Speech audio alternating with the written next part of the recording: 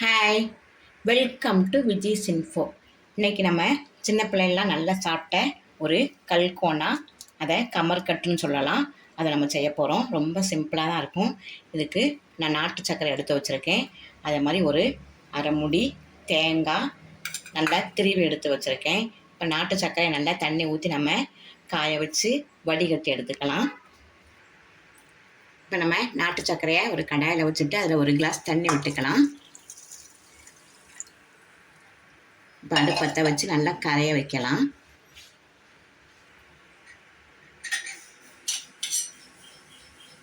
ஒரு கிளாஸ் தண்ணி ஊற்றி நல்லா கரையட்டும். டஸ்ட்டெல்லாம் எடுக்கிறதுக்காக நம்ம கரைய வச்சு வடிகட்டி எடுத்துக்கலாம். நீங்கள் நாட்டு சர்க்கரை பதிலாக வெல்லம் கூட எடுத்துக்கலாம், நல்லாயிருக்கும்.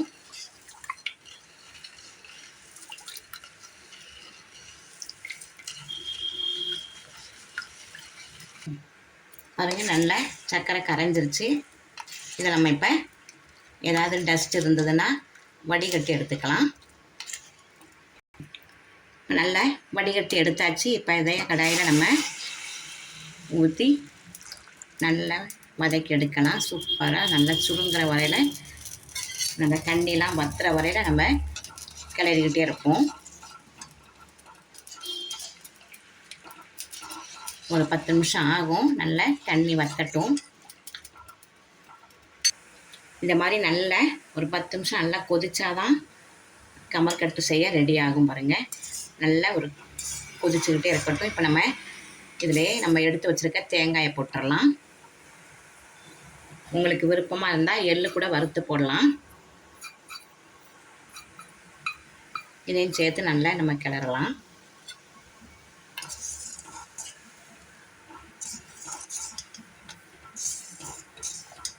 நல்லா தண்ணிலாம் வற்றி நல்லா சுருங்கி வர வரையில் நம்ம கிளறிக்கிட்டே இருப்போம்.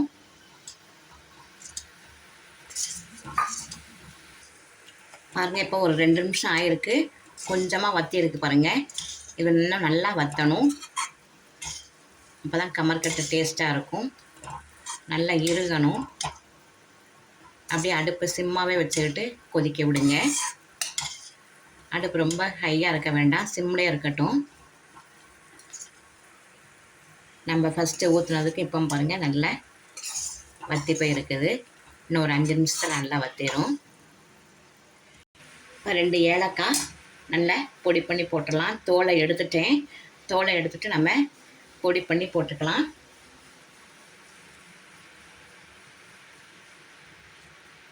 நல்ல மணமாக இருக்கும்.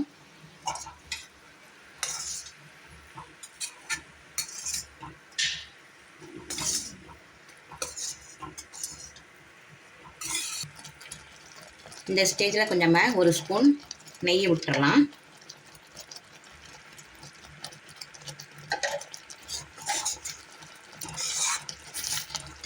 பாருங்கள், நல்லா வற்றிட்டு வருது.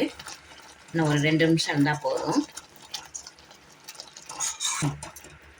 நல்லா இந்த ஸ்டேஜில் நம்ம எடுத்துடலாம். இன்னும் இதுக்கு மேலே இருந்தால் ரொம்ப கடுகுடுன்னு ஆயிரும்.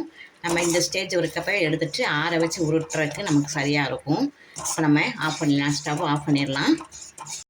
ஒரு பிளேட்டில் கொஞ்சமாக நெய்யும் ஆயிலும் தடவி வச்சுக்கோங்க. இப்போ நம்ம இதை காய்ச்சி வச்சுருக்கதை எடுத்து ஊற்றிடலாம். இது நல்லா ஆறட்டும். சூடு கொஞ்சம் ஆறின பிறகு நம்ம கையில் பிடிக்கிற அளவில் இருந்த பிறகு நம்ம உருட்டி பிடிக்கலாம். கொஞ்சம் நல்லா ஆறட்டும். கொஞ்சமாக ஆறின பிறகு கையில் கொஞ்சம் ஆயிலை போட்டுக்கிட்டு நம்ம எந்த அளவில் வேணுமோ அதை உருட்டி விட்டு எடுத்துடலாம். ரொம்ப ஆற வச்சிட வேண்டாம். கை பொறுக்கிற சூடில் இருந்தாவே உருட்டிடுவோம்.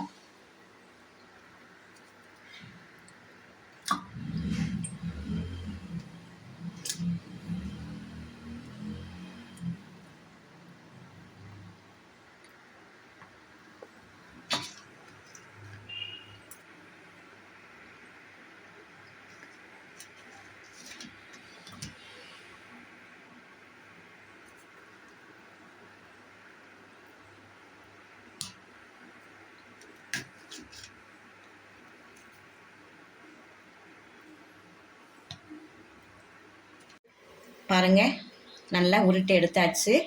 நல்லா இளஞ்சூட்டில் இருக்கப்பவே உருட்டிடணும், இல்லாட்டா நம்ம உருட்ட முடியாது. ஜோராக ரெடி ஆகிடுச்சு பாருங்கள். சவுண்டு பாருங்கள் எப்படி கேட்குதுன்னு. 10 நிமிஷம் வேலை தான், சூப்பராக செஞ்சிடலாம். இதை குழந்தைங்களுக்கு ஏதாவது ஸ்வீட் சாப்பிடணும் போல், பெரியவங்களுக்கு எப்படி இருந்தாலும் நம்ம சாப்பிட்டுக்கலாம். இதில் ஒன்றுமே இல்லை, வெறும் நாட்டு சர்க்கரையும் தேங்காய் மட்டும்தான். 10 நிமிஷம் வேலை தான், சூப்பராக செஞ்சு அசத்துக்க. இந்த கல்கோனா உங்களுக்கு பிடிச்சிருக்கும். பிடிச்சிருந்தா லைக் பண்ணுங்கள், ஷேர் பண்ணுங்கள், சப்ஸ்கிரைப் பண்ணுங்கள், பெல் ஐக்கானை தட்டி விடுங்க. மற்றும் ஒரு நல்ல ரெசிபியோடு உங்களை சந்திக்கிறேன். பாய்.